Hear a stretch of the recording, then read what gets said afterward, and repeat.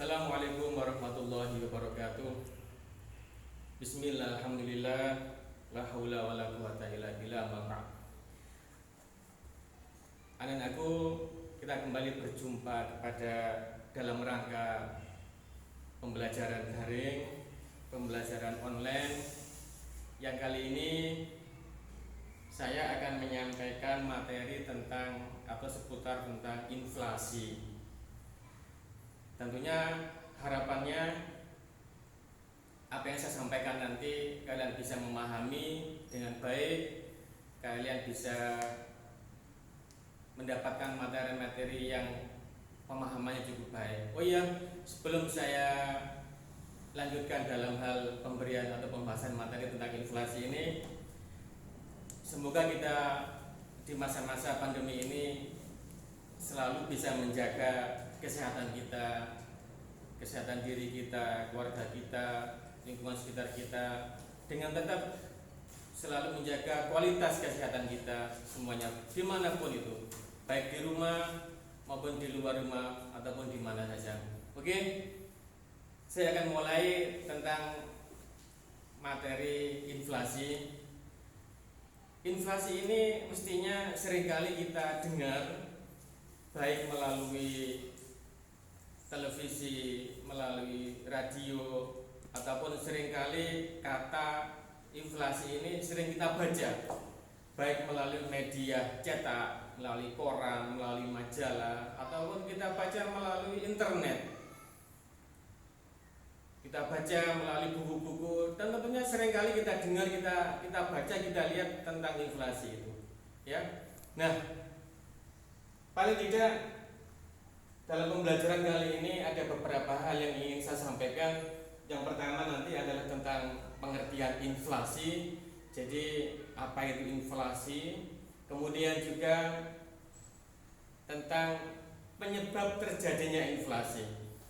Jadi kita harus memahami apa yang menjadi penyebab terjadinya inflasi. Oke, yang pertama-tama tentang pengertian inflasi. Bahwa inflasi itu adalah suatu kondisi di mana harga barang mengalami kenaikan, atau kalau boleh saya tuliskan dalam bentuk suatu huruf inisial, bahwa inflasi itu adalah suatu kondisi di mana harga barang mengalami kenaikan. Harga tentunya kita tulis dengan simbol P, ya, artinya dari kata price, ya, price itu harga naik.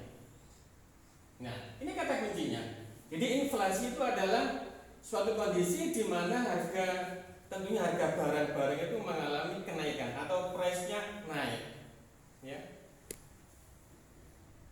Boleh saya memisalkan, katakanlah, kalau boleh saya sampaikan, semisal hari ini, tahun ini 2020, harga telur katakanlah, ini tahun 2020, harga telur katakanlah 1 kilogramnya 20.000. Nah, mungkin tahun kemarin, tahun 2019, maaf saya singkat aja tulisannya karena tidak cukup, harga telur tidak sampai 20.000 per kilo. Katakanlah kita ambil suatu contoh, tahun 2019 per kilo adalah 15.000. Nah, ada perbedaan harga antara tahun 2019 dengan tahun 2020. Berapa? Ini harganya adalah 5.000. Mungkin juga tahun sebelumnya, tahun 2018, harga telur tidak sampai pada angka 15.000. Katakanlah di sini, ini biar memudahkan kita memahami, katakanlah di sini adalah 10.000 per kilogram. Dari sini sudah nampak bahwasanya ada terjadi kenaikan harga telur dari tahun 2018, 2019, dan 2020.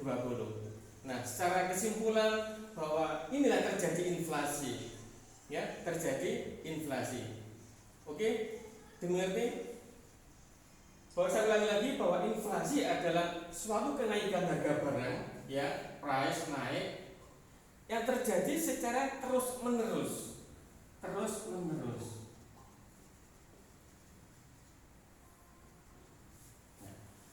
terjadi secara terus-menerus dan dalam jangka waktu yang relatif lama. Kapan? Berapa lama relatif lama ini? Paling tidak biasanya disimpulkan adalah selama satu tahun.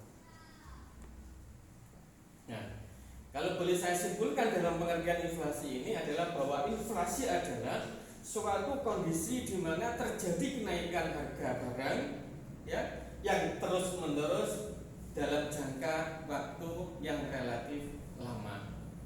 Saya rasa ini pemahaman yang cukup gampang tentang pengertian inflasi. Nah, kemudian anak-anakku sekalian, yang namanya inflasi atau kenaikan harga ini tentunya ada beberapa penyebab. Ada penyebab-penyebab yang mengakibatkan terjadinya harga barang itu mengalami kenaikan. Kalau boleh saya tuliskan penyebab inflasi adalah yang pertama, terjadinya kelebihan permintaan atau permintaan bertambah. Nah, ini suatu kejadian yang logis banget, yang logika sekali ketika permintaan terhadap barang itu bertambah banyak, otomatis mengakibatkan harga menjadi naik. Seperti kita ketahui, saat-saat menjelang hari raya, banyak orang yang melakukan pembelian barang dalam jumlah yang begitu banyak, maka otomatis biasanya harga-harga barang menjelang hari raya itu mengalami kenaikan. Maka ketika permintaan naik, maka akibatnya adalah harga barang menjadi naik. Nah, inilah menjadikan kondisi yang namanya inflasi. Kemudian yang kedua, kapan terjadinya inflasi itu? Ketika biaya produksi naik.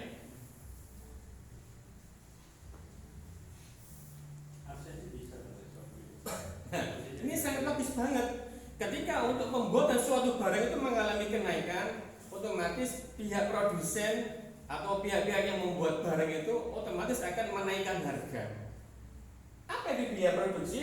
Banyak hal, seperti biaya tenaga kerja, biaya bahan baku, biaya operasional yang lain, biaya bahan bakar, BBM, pajak dan sebagainya. Maka apabila semua komponen-komponen dalam pembuatan suatu barang mengalami kenaikan, maka otomatis harga barang akan mengalami kenaikan, dan itulah terjadi yang namanya inflasi. Ya, harga mengalami kenaikan, dan ini aja mengalami inflasi. Kemudian sekalian, di antara penyebab yang lain adalah terjadinya bencana alam. Ya, ada bencana alam. Apa ini? Banyak, seperti banjir, gempa bumi, gunung meletus, kekeringan. Itu semuanya adalah bencana alam. Termasuk sekarang ini adalah terjadinya virus corona atau pandemi COVID. Ini merupakan bencana.